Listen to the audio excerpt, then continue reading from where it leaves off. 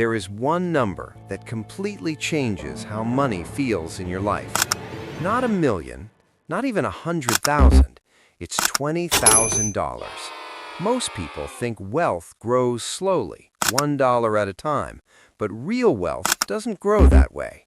It grows in levels. Before you reach $20,000, money feels heavy. Every bill is stressful. Every decision feels risky. You are constantly reacting instead of planning. That's because your brain is in survival mode. But once you cross roughly 3 to 6 months of living expenses, something changes. Your mind finally gets breathing room. You stop thinking only about today and start thinking about the future. This is not motivation. This is psychology. When you are broke, your brain focuses on short-term safety. You accept bad jobs because you cannot wait. You stay in situations you hate because leaving feels dangerous. You make fast decisions, not smart ones. But when you have $20,000 saved, your thinking shifts from how do I survive to how do I grow? This is where money starts working differently.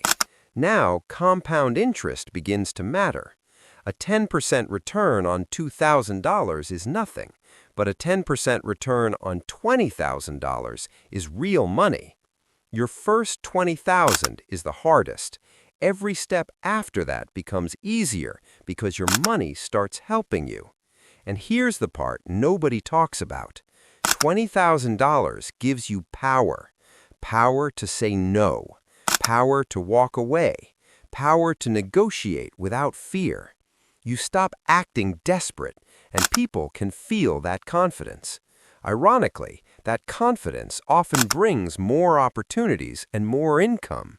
But this is where most people fail. They reach $20,000 and immediately destroy it with a new car, a vacation, or lifestyle upgrades. That money is not a reward. It is the foundation. Protect it. Grow it. Let it compound. Because $20,000 will not make you rich, but it will change the direction of your entire financial life.